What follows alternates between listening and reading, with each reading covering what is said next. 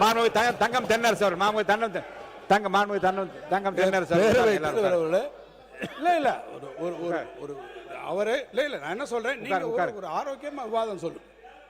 உட்காருங்க நீங்க என்ன சொல்றேன், நீங்க உட்காருங்க. பரந்தூர் ஏர்போர்ட்டை எதற்காக கொண்டு வந்திருக்கிறோம், பரந்தூர் அமைக்கக்கூடியதிலே நான் நேற்று செய்தியாளர் சந்திப்பிலே கூட விவரமாக சொல்லி இருக்கிறேன். சென்னையினுடைய புவியியல் அமைப்பில் வேறு எந்த இடத்திற்கும் கொண்டு போக முடியாது. நேரடியாக நாங்கள் ஒன்றும் உடனடியாக போய் பரந்தூரில் உடனடியாக போய் பார்க்கல. உங்களுடைய அதிகாரிகள் இருக்கிறார்கள், அவரிடத்துல கூட கேளுங்க. பரந்தூரை தேர்ந்தெடுப்பதற்கு முன்பு யார் அதுக்கு அப்ரூவல் கொடுக்கணும், அப்ரூவல் கொடுக்கணும். எத்தனை சைட் நாங்கள் போய் பார்த்துருக்கோம். சோழிங்கநல்லூரில் பார்த்துருக்கோம், படாலத்தில் பார்த்துருக்குறோம், பன்னூரில் பார்த்துருக்குறோம். ஒவ்வொரு இடங்களிலும் ஏற்கனவே பல இடங்களிலே அதை ஆய்வு செய்து அது ஏற்றுக்கொள்ளவில்லை. ஏர்போர்ட்ஸ் அத்தாரிட்டி ஆஃப் இந்தியா ஏற்றுக்கொள்ளவில்லை. காரணம் நேற்றே நான் விளக்கி இருக்கிறேன். சென்னையினுடைய கிழக்கு பகுதியிலே வங்கக்கடல் இருக்கிறது, அந்த பகுதியில் நீங்கள் போக முடியாது. நார்த்துக்கு போனீங்கன்னா ஒன்று மணலிலிருந்து எண்ணூர்லேருந்து எல்லா இண்டஸ்ட்ரியல் எஸ்டேட்ஸு, அந்த பக்கம் பழவேற்காடு ஏரி சூழலியல் பிரச்சனைகள், அந்த பக்கத்தை நார்த்தில் போக முடியல. சவுத்துக்கு போகிறீங்க, சோழிங்கநல்லூர் போய் பார்க்குறீங்க, அது தாம்பரம் ஏர்பேஸோட நேராக வருது. அதோட ஏர் ஸ்பேஸுக்குள்ளே நம்ம வைக்க முடியல, ஏன்னா பிகாஸ் அது டிஃபென்ஸ் இதுக்குள்ளே இருக்குது. அடுத்து தள்ளி போனீங்கன்னா அந்த பக்கம் கல்பாக்கம் அனல் மில் நிலையம், இந்த பக்கம் போனீங்கன்னா வேடந்தாங்கல் பறவைகள் சரணாலயம், எந்த பகுதியிலும் அங்கே போக முடியல. அது ஏற்றுக்கொள்ளவில்லை, இந்த இடங்களை எல்லாம் ஏற்றுக்கொள்ளவில்லை, ரிஜெக்ட் செய்கிறார்கள். அடுத்து எங்கே வர்றோம், வெஸ்ட்டுக்கு தான் வர முடியும். வெஸ்ட் சைடில் போகும்போது தான் நம்ம 2 இடங்களை பார்க்குறோம். பன்னூர் ஒன்று பார்க்குறோம், பரந்தூர் ஒன்று பார்க்குறோம்.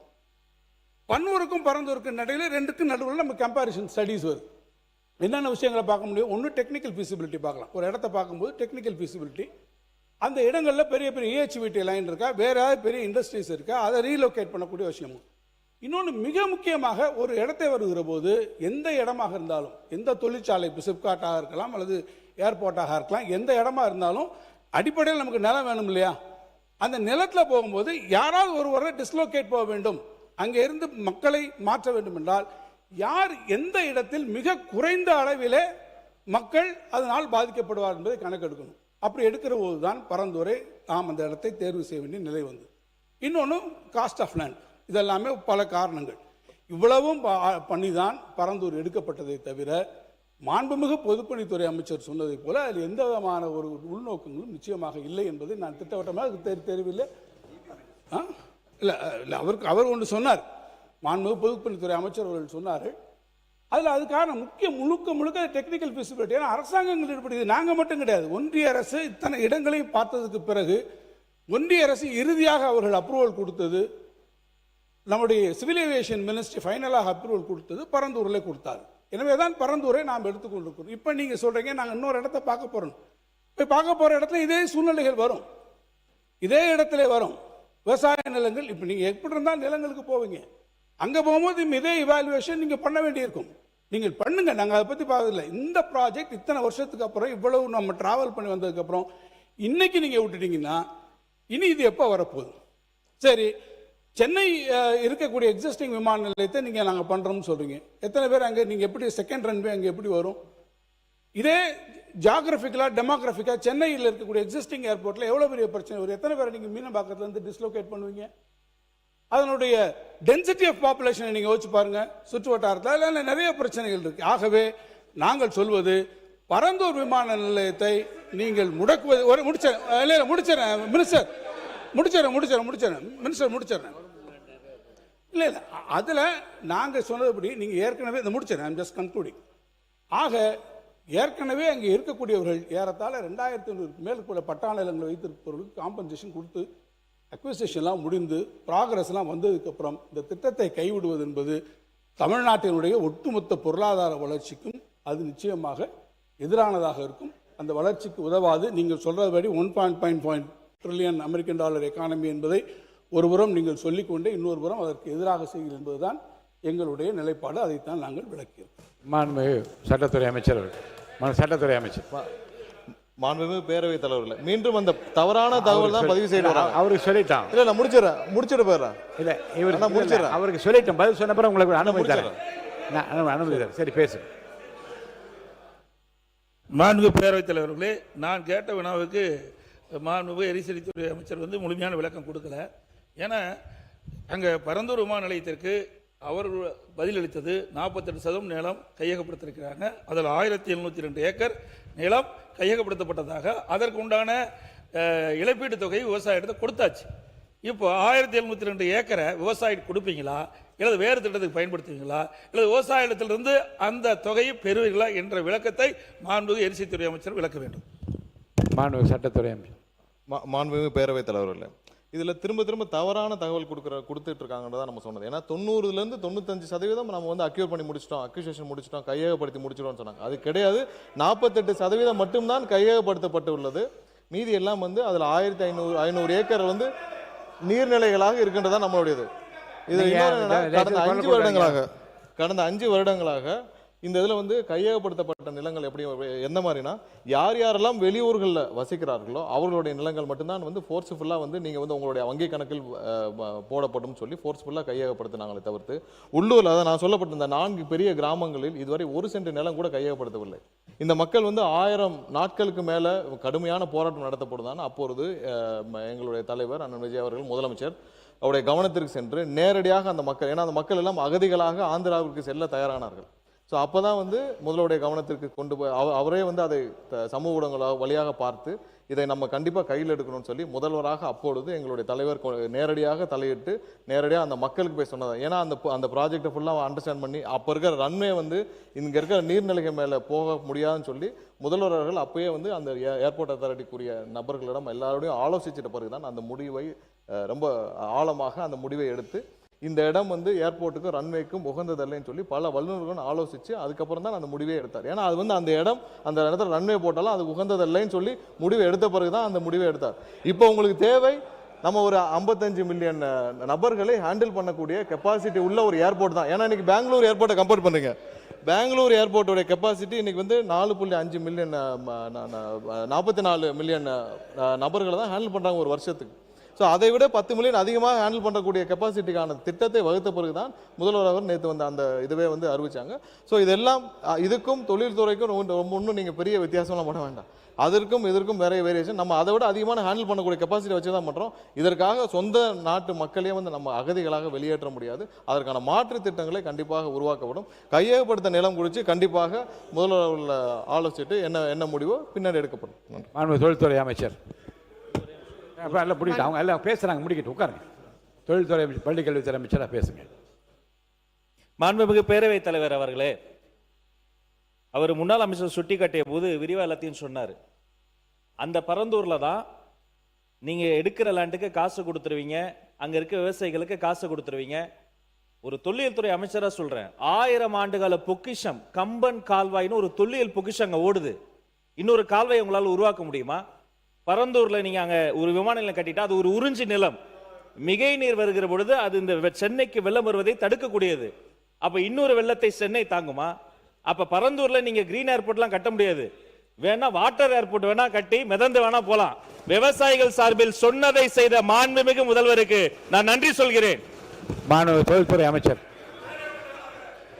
மாண்புமிகு பேரவைத் தலைவர் அவர்களே, அவங்க முடிச்சிட்டு வரேதான். மாண்புமிகு தொழில்துறை அமைச்சர், முன்னாள் முதலமைச்சர் உட்காருங்க. மாண்புமிகு உறுப்பினர் வந்து கேள்வி கேட்டிருந்தாரு. இந்த திட்டத்தை கைவிட்டுட்டீங்க, கையகப்படுத்திய நிலத்தை வந்து என்ன பண்ண போறீங்கன்னு. மாற்று தொழில் திட்டங்கள் மக்களை பாதிக்காதவாறு கையகப்படுத்தப்பட்ட நிலங்களில் செயல்படுத்தப்படும். இதன் மூலம் தொழில் வளர்ச்சி மற்றும் வேலை வாய்ப்பு, பொருளாதார வளர்ச்சி இப்பகுதியில் ஏற்படும். அதை விட இவ்வளோ நேரம் வந்து ஒரு சில விஷயங்கள் வந்து பேசிட்டே இருந்தாங்க. ஏன் பரந்தூர் கைவிடப்பட்டது? இதுக்கு வந்து முக்கிய ரீசன் வந்து அங்கே வந்து பல காலமாக ரைஸ் கல்டிவேஷன் வந்து பண்ணிட்டு இருக்காங்க. அதாவது 3 சீசன்ஸ், சாம்பா, தள்ளடி, சொர்ணாவரி அப்படின்ற 3 சீசனில் டிஃப்ரெண்ட் அந்த இது வந்து நம்ம கல்டிவேட் பண்ணிட்டு இருக்காங்க. ரொட்டேஷனில் கிரவுண்ட் நட்டும் சுகர் கேனும் பண்ணிட்டு இருக்காங்க. அதே மாதிரி ட்ரை சீசனில் பல்சஸ் அண்ட் மில்லட்ஸ் வந்து பண்ணிட்டு இருக்காங்க. இதை தவிர 10,000 ஆஃப் மெட்ரிக் டன் ரைஸ் வந்து ஆனுவலி தமிழ்நாடு சிவில் சப்ளைஸ் கார்பரேஷனுக்கு வந்து கொடுத்துட்டு இருக்காங்க அங்கே இருக்கிற விவசாயிகள். இது மட்டும் இல்லாமல் பிடிஎஸ் டிஸ்ட்ரிபியூஷனுக்கும் அவங்க வந்து கொடுத்துட்டு இருக்காங்க. இந்த நிலம் வந்து என்ன அப்படின்னு பார்த்தீங்கன்னா, எப்பயுமே ஒரு வாட்டர் பாடி, அதாவது மழை பெய்யாமல் இருந்தாலும் அங்கே வந்து கல்டிவேஷன் நடக்கக்கூடிய அப்படிப்பட்ட ஒரு விளைநிலம். அந்த இடத்த நம்ம வந்து இன்னைக்கு ஏர்போர்ட்டாக மாற்றணும்னு சொல்லிட்டு இருக்கோம். இதை தவிர அங்கே வாட்டர் கெனல் வந்து ஒன்று 2 இருக்குது. குணகரம்பாக்கம் கம்மங்கால் கெனல் 2 கெனல்ஸ் வந்து இங்கே இருக்குது. இது வந்து எப்படி உங்களுக்கு செயல்படுதுன்னா, ஒரு ப்ரெஷரை ரிலீஸ் பண்ணி அந்த வாட்டர் பாடி வந்து தானாகவே அடையார் ரிவருக்கும் செம்பரம்பாக்கம் லேக்குக்கும் இன்னைக்கு வந்து போய்கிட்டு இருக்கு. இதை நம்ம அழிச்சிட்டோம் அப்படின்னா ஆட்டோமேட்டிக்காக சென்னை சிட்டிக்கு வந்து உள்ளேயே ஃப்ளட் வர்றதுக்கான பல வாய்ப்புகள் இருக்குது. இவ்வளவையும் நம்ம அழிச்சு நம்ம ஒரு பரந்தூர் ஏர்போர்ட் நாம் வந்து ஏர்போர்ட் வேணான்னு சொல்லவே இல்லை. இன்னொரு இடத்த நாங்கள் இந்த மாதிரி அதுவும் ஒரு சரிவான இருக்கிற ஒரு விளைநிலம், அந்த இடத்துல நீங்கள் எவ்வளோ தூரம் மண்ணை போட்டு இன்னொரு ஒரு ஏர்போர்ட்டை நீங்கள் கொண்டு வருவீங்க? இது கொச்சினில் நடந்தது. இதனால 14 நாள் வந்து அந்த ஏர்போர்ட் வந்து பூட்டி கிடக்கப்பட்டது. இதே மாதிரி ஒரு விளைநிலத்தை கொண்டு வந்து அந்த ஏர்போர்ட் 14 நாள் பூட்டி கிடந்தது. இது மட்டும் இல்லாமல் இன்னைக்கு எங்களுடைய மாண்புமிகு முதலமைச்சர் அன்னைக்கு ராகுல்ன்ற ஒரு பையன், இந்த பையன் அன்னைக்கு ஒரு பேட்டி கொடுத்துருந்தாங்க. எங்களுக்கு பரந்தூர் விமானம் வேண்டாம், நாங்கள் என்ன அந்த விமானத்தில் பறக்கவா போகிறோம் அப்படின்னு எங்களை காப்பாத்துங்கன்னு ஒரு வார்த்தை சொன்ன அந்த ஒரு வார்த்தைக்காக இன்னைக்கு இந்த அறிவிப்பு மக்கள் கொண்டாடுறாங்க. அங்கே நடந்த ஒரு ரீசன்ட் லோக்கல் பாடி மீட்டிங்கில் விஜய் ரோடு அப்படின்னு சொல்லி நாங்கள் வைக்க போகிறோன்னு அறிக்கையே அவங்க வந்து இன்னைக்கு விட்டுருக்காங்க. மக்கள் அத்தனை பேரும். இதனால விவசாயிகளோட வாழ்வாதாரம் பாதிக்கப்படும், 1500 நீர்நிலைகள் பாதிக்கப்படும், 1000 குடும்பங்கள் இடம்பெயரணும். இதையெல்லாம் கன்சிடர் பண்ணாமல் ஒரு ஏர்போர்ட்டை நம்ம எப்படி அங்கே கொண்டு வர முடியும்? இதை தவிர இன்னொரு வந்து கேட்டிருந்தாரு. நான் ஒரே ஒரு கேள்வி கேட்குறேன். சென்னை ஏர்போர்ட் மீனம்பாக்கம் ஏன் நீங்கள் 5 வருடம் கிடப்பில் போட்டு வச்சுருந்தீங்க? மேலேருந்து சென்ட்ரல் கவர்மெண்ட் உங்களுக்கு அன்னைக்கே அப்ரூவல் கொடுத்துருந்தாங்க. நீங்கள் ஏன் 5 வருஷம் அதை சும்மாவே வச்சுருந்தீங்க? உங்களுக்கே தெரியும் பரந்தூர் ஏர்போர்ட் வந்ததுன்னா இன்னும் 5 வருஷம் ஆகும்னு. ஆனால் அதை எக்ஸ்பேன்ஷன் அன்னைக்கே பண்ணியிருந்திருக்கலாம். அதுக்கான சென்ட்ரல் கவர்மெண்ட் அதுக்கான அப்ரூவலும் கொடுத்தாங்க. என்ன நோக்கத்துக்காக நீங்கள் இதை வந்து ஸ்டாப் பண்ணி வச்சுருந்தீங்க? உங்களோட மனசாட்சியை நீங்களே கேட்டுக்கோங்க. நீங்கள் பேசுங்க, தொடர்ந்து பேசி முடிங்க. நீங்க பேசுங்க, உட்காருங்க, அவங்க பேசி முடிக்கல. இது மட்டும் இல்லாம இன்னைக்கு வந்து சொல்றாங்க இதனால வந்து தொழிலே வந்து பாதிக்கப்படும் தமிழ்நாட்டில். அப்போ 49% எலக்ட்ரானிக் எக்ஸ்போர்ட் வந்து இன்னைக்கு பரந்தூர் ஏர்போர்ட்டை நம்பி தான் இன்னைக்கு போய்கிட்டு இருக்கா. 41% எலக்ட்ரானிக்ஸ் எக்ஸ்போர்ட் இன்னைக்கு போர்ட் மூலமாகவும் ஏர் கார்கோ மூலமாகவும் சென்னை ஏர்போர்ட் மூலமாக தான் அனுப்பிச்சிட்டு இருக்கோம். நாம் வந்து இன்றைக்குமே எதையுமே நம்ம சொல்லவே இல்லை. எங்களுக்கு ஏர்போர்ட் வேணும், 2வது ஏர்போர்ட் வேணும். எக்ஸ்பேன்ஷனுமே உள்ளே இருக்கிற காரிடோர்லேயே தான் வரப்போகுது அந்த எக்ஸ்பேன்ஷன். ஏதோ அவர் சொல்கிறாரு எதையோ இடிச்சிட்டு நம்ம வந்து ரன்வே பண்ண போகிறோன்னு. அப்படியெல்லாம் கிடையவே கிடையாது. அதுக்காக ஏர்போர்ட் அத்தாரிட்டி இந்தியா வந்து ஏற்கனவே வந்து T5 முனையத்தின் பயணிகள் முனையம் வந்து உத்தேசிக்கப்பட்டிருக்கு. அதே மாதிரி T5 முனையத்தின் புறவழி சாலை, தாம்பரம் மதுரவாயில் சாலை அமைக்க மாநில அரசின் அனுமதியும் ஒத்துழைப்பும் கோரியுள்ளது.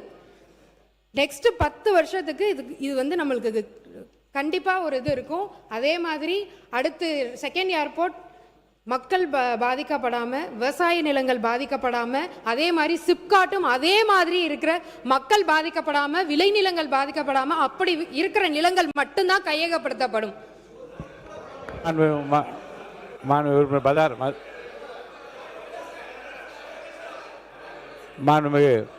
இதோட உங்களோட இந்த விவாதத்தை நான் முடிச்சுக்கிறேன். அடுத்த உறுப்பினர் பேசணும், 10 உறுப்பினருக்கு மேலே பேசணும். உங்களோட அதை முடிச்சுக்கிறேன், பேசுங்க. மாண்புமிகு பேரவைத் தலைவர் அவர்களே, இதில் சம்மந்தம் இல்லாத நான் எழுந்திருக்க மாட்டேன், உங்களுக்கே தெரியும். இந்த ஒன்றிய அரசாங்கம் இந்த விமான நிலையம் அமைப்பது, விமானத்தை ஓட்டுவது என்பது ஒன்றிய அரசாங்கத்துக்கு அதிகாரத்துக்கு உட்பட்டது, மாநில அரசாங்கத்திற்கு அல்ல. மாநில அரசாங்கம் நிலம் கையகப்படுத்துவதோடு நம்முடைய பணிகள் முடிந்து விடுகிறது. அந்த ஒன்றிய அரசாங்கத்துடைய ஆணையை ஏற்று இது சம்பந்தப்பட்ட இந்த பரந்தூர் ஏகநாதபுரம் என்ற பகுதியில் 13 வில்லேஜுகள், 2 மாத்திரம் இல்லை, இந்த 13 வில்லேஜுகள் எடுக்கணும்னு முடிவு பண்ணப்பட்டு ஒரு குழு அமைக்கப்பட்டது மாநில அரசாங்கத்தின் சார்பாக. அந்த குழுவில் நான் தான் இடம்பெற்றேன். நம்முடைய மாண்புமிகு சட்டமன்ற உறுப்பினர் தங்கநேரரசு, மாவட்டத்தை சேர்ந்த அன்பரசு, 3 அமைச்சர்கள் இடம்பெற்றோம். நாங்கள் நேரடியாக காஞ்சிபுரத்துக்கே சென்று மாவட்ட ஆட்சி அலுவலகத்தில் ஒரு விரிவான ஒரு நாள் முழுவதும் அந்த விவசாயிகளெலாம் கூட்டம் அழைத்து பேசினோம். அவர்கள் அதில் 11 வில்லேஜில் இருக்கும், அவங்களே ஒப்புதல் தந்தாங்க. 2 வில்லேஜ் தான், ஏகநாதபுரமும் இந்த பரந்தூர் 2 வில்லேஜ் தான் அது ஒப்புதல் தரல. அதுக்கு பின்னால் இதே சட்டமன்றத்தை மேலே அமைச்சர் அறையில் என்னுடைய சேம்பரில் 2 முறை வர வச்சு நாங்கள் பேசணும். அந்த அடிப்படையில் 11 பேரும் முன்வந்து வந்த விவசாயி கொடுக்குற காரணத்தினால்தான் இந்த முயற்சிக்கு நாங்கள் தமிழக அரசு அதற்கு நாங்கள் ஈடுபட்டோம். ஒன்று. அதற்கு பின்னால் தொடர்ந்து நில எடுப்பு பணிகளுக்காக அங்கே டிஆர்ஓ ஆர்டிஓ எல்லாம் போடப்பட்டு பணிகள் நடைபெற்று கொண்டிருக்கிறது. அமைச்சர்கள் குறிப்பிட்ட அந்த வாதத்தை எடுத்துக்கொண்டாலும் கூட ஏறத்தாழ 48-50% சொல்றார். இது இல்லாமல் அரசாங்கத்தினுடைய புறம்போக்கு இடங்கள்லாம் வேற இருக்குது, அதெல்லாம் சேர்த்து தான் சொன்னார் என்று கிட்டத்தட்ட 80-90% சொன்னதுக்கு காரணம் என்னன்னா அரசியல் சேர்த்து தான் சொன்னார். ஒன்று. இப்போ நாங்கள் 2 கேட்க வரும்போது ஏன்னா தனிப்பட்ட முறையில் பரந்தூர் விமானமும் ஏகநாதபுரத்தில் ஒரு விமானம் வச்சாக்கா இங்கே இருக்கிற எதிர்கட்சியில் இருக்கிறவங்களாம் நான் விமானம் ஏறணும் அந்த நோக்கம்லாம் இல்லை. இந்த தமிழ்நாட்டுடைய பொருளாதாரத்தை முன்னேற்ற வேண்டிய என்கிற அடிப்படையில் விமானத்தை விரிவாக்கம் பண்ணோம். பக்கத்தில் கர்நாடகமாகலாம் பக்கத்தில் இருக்க ஆந்திராவெல்லாம் விரிவாக்கம் செய்யப்பட்டு பொருளாதாரம் நாள் கூடிக்கொண்டிருக்கிறது. அந்த அடிப்படையில் தான் இந்த முயற்சியை வழியே இது தனிப்பட்ட முறையில் திராவிட முன்னேற்ற கழகம் இது இல்லை. ஒன்று. இன்னொன்று, எங்களுடைய சட்டமன்ற உறுப்பினர் கேட்டார், நம்முடைய எதிர்க்கட்சி முன்னாள் அமைச்சர் எடப்பாடி பழனிசாமி அவர்களும் கேட்டார்கள். இப்போ கையகப்படுத்திட்டோம், பணம்லாம் கொடுத்தாச்சு, விவசாயிக்கெல்லாம் போய் சேர்ந்துருச்சு. அது சதவீதம்னா முன்ன பண்ணு இருக்கலாம். அந்த எடுத்துட்ட இடத்த வந்து அது வேற எதுக்கும் பயனும் படுத்த முடியாது. அதை பற்றி எல்லாம் உரிய நேரத்தில் உரிய நேரத்தில் அதை பற்றி முடிவுலாம் அவங்களை அறிவிப்பார்கள்.